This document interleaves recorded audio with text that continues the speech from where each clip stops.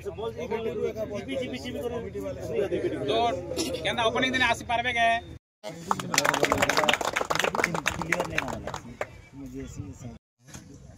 आमे त अपन मते गोटे दिन चिन्हि भी नहीं पारबा हला टूर्नामेंट सब लोग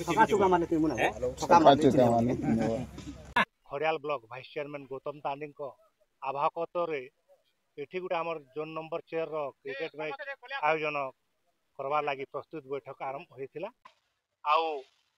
बालिष्टी ग्रामर समस्त कैप्टेन भाइस कैप्टेन बंधुगण तथा आमर 9 गोटी ग्राम पंचायत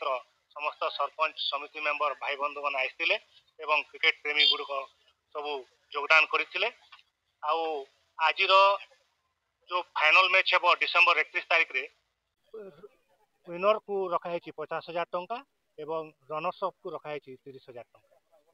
ता सहित अन्य सब प्राइज गुड़ाक भी रखाई। हाँ मु बसंत खबर आम खड़ियाल अंचल जड़े क्रिकेट अंपायर आउ खड़ियाल निर्वाचन मंडली आमर 4 नंबर जोन जेनटा कि आमर 9 गोटी ग्राम पंचायत अच्छी एवं 9 गोटी ग्राम पंचायत प्राय 30-40 गाँ भितर अच्छा एवं प्रत्येक गाँव रु आम गोटे क्रिकेट टूर्नामेंट आयोजन करमु एवं एथिरे आमर खड़ियाल भाइस चेयरमैन गौतम तांडी महोदय से सभापतित्व करुछंती एवं प्रत्येक पंचायत सरपंच समिति जमन क्रिकेट प्रेमी क्रिकेट कैप्टेन आज प्रस्तुति मीटिंग रे उपस्थित थिले एवं आमर डिसेंबर 31 तारीख आसवा मासर